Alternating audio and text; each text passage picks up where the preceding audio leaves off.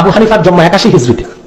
তিনি 4 জন সাহাবী সাক্ষাৎ লাভ করেছেন, 1200 তাবিঈনকে পেয়েছেন, 6 লক্ষ হাদিস জমা করেছেন, 50,000 হাদিস মুখস্থ করছেন, ব্যবসার টাকা দিয়ে 20,000 মানুষকে ফকিহুল উম্মত বানিয়েছেন, নিজের ছাত্র 40 জন দিয়ে ফিকহ বোর্ড গঠন করে 81,000 মাসালা ইস্তেমবাদ করেছেন, 40 বছর এশার নামাজের রুজু দিয়ে ফজর নামাজ পড়েছেন, প্রতিদিন রাতে 500 রাকাত নফল নামাজ পড়তেন, প্রতিদিন একবার কোরআন খতম করতেন, প্রতি রমজানে 60 বার কোরআন খতম করতেন।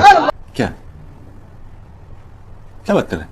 ইমামে হাসকাফি দুরর মুখতারে লেখেন, ইন্নাহু রাআ রাব্বাহু মিআতা মাররাতিন ফিল মানাম, স্বপ্নে আমার আল্লাহকে 100 বার দেখছেন। তার নাম আবু হানিফা।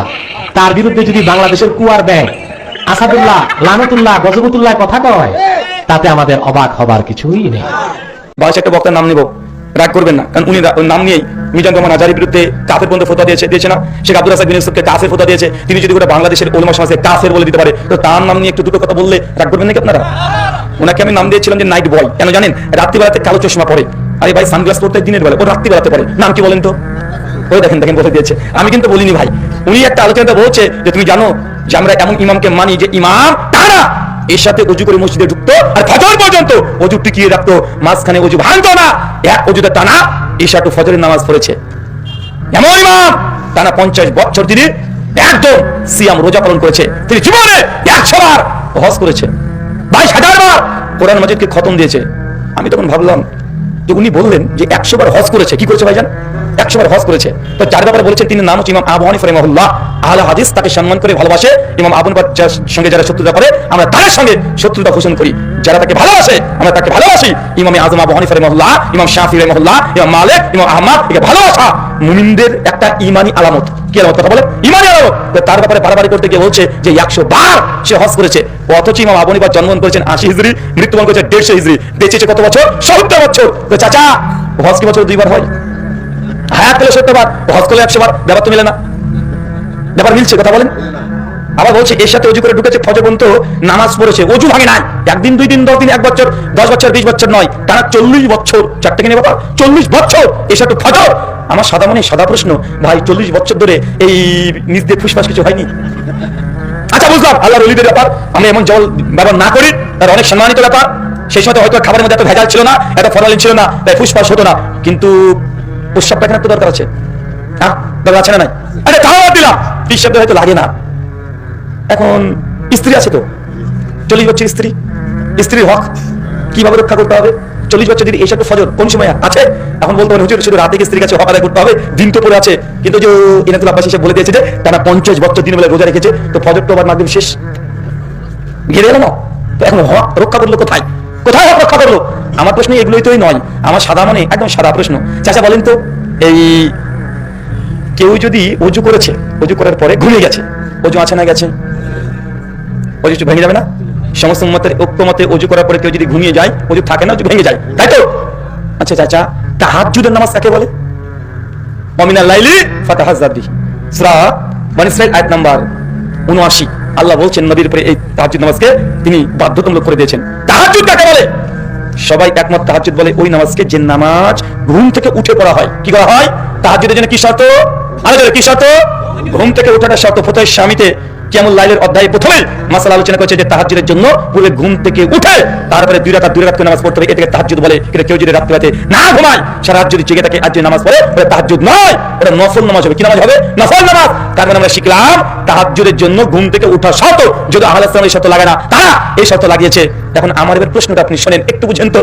আচ্ছা, তাহাজ্জুদের জন্য কি শর্ত বললাম? ঘুম শর্ত। ঘুমালে কি থাকে না? তাহলে ইমাম আবু হানিফা রাহিমাহুল্লাহ যদি রাত্রিবেলাতে যে তাহাজ্জুদ পড়ে, তাকে ঘুমাতে হয়েছে কি হয় নাই? যদি ঘুমায় কি থাকবে না? তাহলে বলছে যে না 40 বছর কি একদিতে এই সব ফজর করে ফেলেছে। তার মানে বোঝা যাচ্ছে যেটা বাস্তবতার সাথে বিরুদ্ধে কথা নাই। কথা বলে সনদের তাকিং করছি না। তারকে বাগদাদের মধ্যে ঘটনা, ইমাম খতিব বাগদাদি 463 হিজরিতে ইমাম আবু বকর রাহিমাহুল্লাহ জীবনীতে 13 নম্বর খণ্ডে 322 নম্বর পৃষ্ঠায় নিয়ে এসেছে। সনদ নিয়ে ডাইরেক্ট লা সালাহ কোনো ভিত্তি নেই। কিন্তু তাহলে মতনের উপরে যদি আমরা আলোচনা করতে যাই, এখানে ডাইরেক্ট বোঝা যাচ্ছে ইমাম আবু হানিফা রাহিমাহুল্লাহ তিনি তাহাজ্জুদ পড়তেন কি পড়তেন না? পড়তেন। যদি পড়তেন তাহলে তো রুজু ভেঙেছে। কেন? ঘুমিয়ে গেলে তো ভেঙে যায়।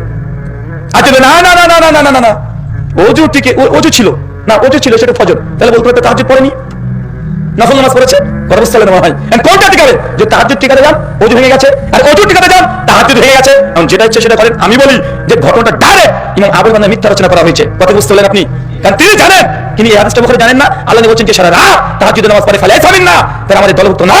সে বুখারী হাদিস ইমাম আবুল বান্দা তিনি জানতেন, ডাইরেক্ট তিনি জানতেন তিনি হাদিসের বিরুদ্ধে কোনো আমল করতে পারে না। তার নামে মিথ্যা কথা এগুলো রচনা করা হয়েছে। দুনিয়া তো তালেবিনের মুকদ্দমাতে আব্দুল কাদের জিলানী রাহিমাহুল্লাহর জীবনীতে লিখছে যে আব্দুল কাদের জিলানী রাহিমাহুল্লাহ তিনি কোরআন মাজিদ মায়ের পেটে থেকে এক পারা দুই পারা নয় 22 পারা মুখস্থ করে বের হয়েছে। কত পারা? 22 পারা। আশ্চর্য, পেটের মধ্যে 22 পারা শেষ মুখস্থ করে ফেলেছে। সে নাহলে 78 নম্বর আয়াত খুলে দেখেন, আল্লাহ বলছে মানুষকে আমি মানুষের পেট থেকে বের করে একদম কিছু জানে না। এই মতো আমি কোরআন মানবো না কারামত মানবো? আমি বলেন কোনটা মানবো? কোরআন এক কথা বলে, সমাজ চলছে আর এক রকমের। নবীর জায়গাতে বড় পীর হুজুরকে বসিয়ে দিয়েছি। আমরা এই জন্য বলেছি বর্তমান প্রেক্ষাপটে মুসলমানরা নবী সুন্নাত নামে নবী সুন্নাত মানছে না। সমাজের প্রচলিত রীতি প্রচলিত মানে যতগুলো মতবাদ আছে আমরা সেগুলো পেছনে ছুটছি না। চাচা এই হাদিসের দিকে আবার আসেন। সারা রাতে তাহাজ্জুদ নামাজ পড়া নাজায়েজ নয়, কিন্তু আপনি যদি প্রত্যেকদিন পড়েন তাহলে এটাকে বলা হয় হাদিসের ভাষায় বেদাত। এটা গুনাহ হবে। ব্যতিক্রমে একদিন দুই দিন পড়েছেন সমস্যা নেই। আরেকটা আপনাকে উসুল বুঝিয়ে দিই। আল্লাহ নবী সবুজ পোশাক পরেছেন, সবুজ টুপি পরেছেন। হাদিস বুখারী মুসলিম আবু দাউদ থেকে প্রমাণিত। কেবল লিবাসে আছে, কিন্তু কোন পীর যদি কোন আলেম যদি বলে আজ থেকে আমরা সবুজ পোশাকটাই পরবো, বাকি সব পোশাক বর্জন করে দেবো, জানেন সবুজ পোশাক পরা কি জায়েজ কি না জায়েজ? জায়েজ। সুন্নাত কি সুন্নাত নয়? নবীও বলেছেন আলহামদুলিল্লাহ। এটা কেউ যদি বলে শুধু এটাই পরবো আর অন্য কোনো পোশাক পরবো না, এটা কি হলো? এটা বাড়াবাড়ি হয়েছে কি হয়নি? মানে যে আমলটার যতটুকু গুরুত্ব, যেটা সুন্নাত ছেড়ে সুন্নাতে গুরুত্ব দিতে হবে, যেটা ফরজ ছেড়ে ফরজে গুরুত্ব দিতে হবে, মুস্তাহাব জিনিসকে যদি বাড়িয়ে আপনি ফরজ বানিয়ে দেন, এটা তখন হয়ে যায় কি? কথা বলে বেদাত। ঠিক তাহাজ্জুদ নামাজ রাত্রিবেলাতেই পড়তে হয়, আর তাহাজ্জুদ নামাজ রাত্রিতে পড়বেন এটাই হলো। তাহাজ্জুদ পড়ে ঘুমাতে হয়। সহিহ বুখারীর 1260-61 নম্বর হাদিস, আমাদের আয়েশা রাদিয়াল্লাহু আনহা তিনি বলছেন যে আল্লাহর নবী আলাইহিস সালাম তিনি রাতে তাহাজ্জুদ পড়ে যখন মসজিদে বেলাল আযান দিতেন, আযানের শুনে সঙ্গে সঙ্গে তিনি 2 রাকাত সুন্নাত নামাজ পড়তেন। তারপরে ডান কাঁধ হয়ে তিনি শুয়ে পড়তেন। সহিহ বুখারী 1260-61 নম্বর হাদিস। নবী সুন্নাত পড়বে কি করতেন বলেন? তিনি ডান কাঁধ হয়ে শুতেন। অথবা আমাদের আয়েশা বলছেন, অথবা যদি আমি জেগে থাকতাম আমাকে জাগিয়ে দিলে আল্লাহ নবীর সঙ্গে গল্প করতেন। তো নবী সুন্নাত দুটো রাত্রিবেলাতে ফজরের আযান পড়বে, বাড়িতে সুন্নাত পড়তে। চাচা কোথায় পড়তে হবে?